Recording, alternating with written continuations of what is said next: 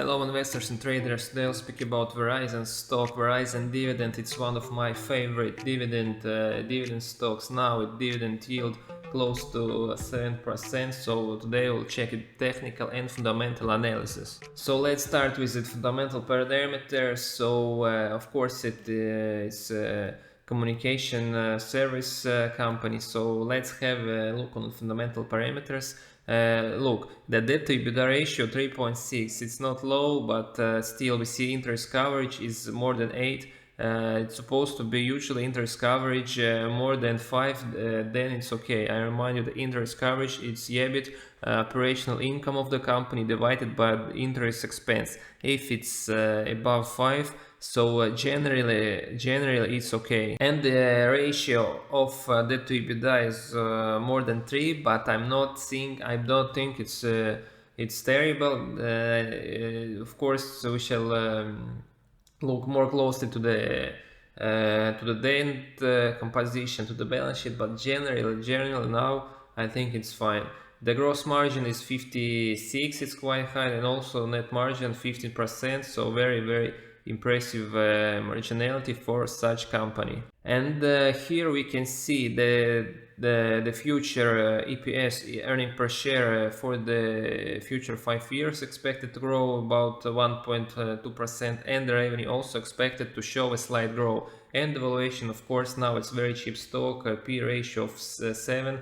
The average for S&P 500 index is now 15, and the PS ratio of 1. Of course, now it's very cheap stock. And let's have a look on the dividend. We see a dividend yield of 6.8%. Looks now it's a lot. It's a huge number. The U.S. Treasury bond yield is now 4%. It's much higher. So very impressive dividend yield. The payout ratio is 15. It means that the 50%, half of its net income, of the net income company earned, it's pay as a dividend. So here I think there is a room even to increase the dividend payments. The 5-year growth rate is more than 2%, and the number of years of dividend growth is 18%. It's 18 years, so very impressive data and the statistic for Verizon Stock. And of course the dividend payment, the frequency of its payment, it's quarterly.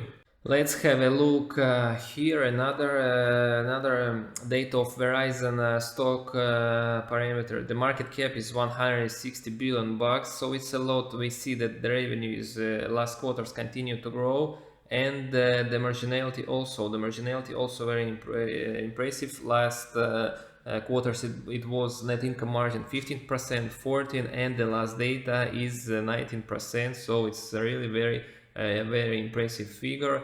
And of course let's have a look on the ratio. We see PE ratio of 7. So generally I think it's not expensive. It was 15, 12 for many years. Now it's near its lowest parameters for the last years. And the PS ratio also, I think now also it's very cheap. It was very close to 2 or 1.5, but now it's only 1.1 PS ratio, price per share. So now I guess it's a very cheap stock. If we look at the chart, let's have a look on the technical parameters. So look, technical analysis here. I think we trading in a range between 60 and 80 and 38. So now we're trading in the lower border of this range. And also let's have a look on the RSI, the momentum indicator. Now the RSI is 33 on the monthly time frame. It's telling us that now we are oversold position. The stock already oversold last time. We were so low on this indicator. It was 2000 and the financial crisis in 2008. So generally I think it's now very convenient and very good time to buy the stock. And of course don't forget the dividend yield about 7%.